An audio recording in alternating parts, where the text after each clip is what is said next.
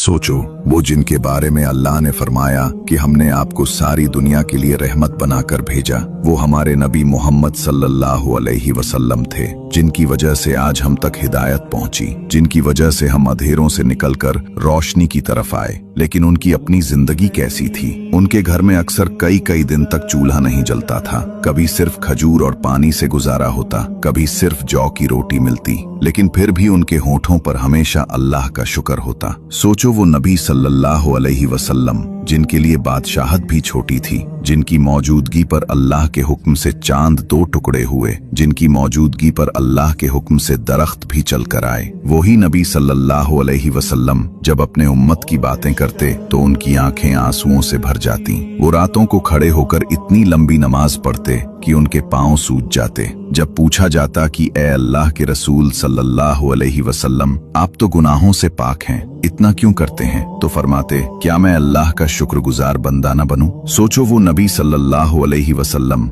जिनकी दुआओं से कितने गुनाहगारों को हिदायत मिली, वो नबी सल्लल्लाहु अलैहि वसल्लम जिनकी रहमत इतनी बड़ी थी कि दुश्मनों को भी माफ कर देते। ताइफ में जब लोगों ने पत्थर मार मार कर लहू लुहान कर दिया तो फरिश्ते आकर बोले कि अगर आप कहें तो इन लोगों को मिट्टी में मिला दें, लेकिन उन्होंने फरमाया, नहीं, मैं उम्मीद करता हूं कि इनकी नस्ल से कोई ऐसा निकलेगा जो अल्लाह को मानेगा। सोचो, जब मदीना के बाजारों में चलते थे तो हर बच्चा, हर गरीब, हर मजलूम दौड़कर उनकी तरफ आता था, क्योंकि हर दिल को पता था कि ये नबी सल्लल्लाहु अलैहि वसल्लम कभी किसी का दिल नहीं दुखाते। उम्मत के लिए उनकी मोहब्बत इतनी थी कि आखिरी वक्त में भी उनकी जुबान पर यही लफ्ज थे, मती उम्मती। भाइयों और बहनों, वो नबी सल्लल्लाहु अलैहि वसल्लम जिनकी आंखें सिर्फ हमारी वजह से नम हुआ करती थीं, जिनकी दुआएं हमारी मगफिरत के लिए उठती थीं, आज उनका उम्मती होकर भी अगर हम गुनाह में डूबे रहें, नमाजों को छोड़ दें, अल्लाह की नाफरमानी करें, तो सोचो उस नबी सल्लल्लाहु अलैहि वसल्लम को कितनी तकलीफ होगी।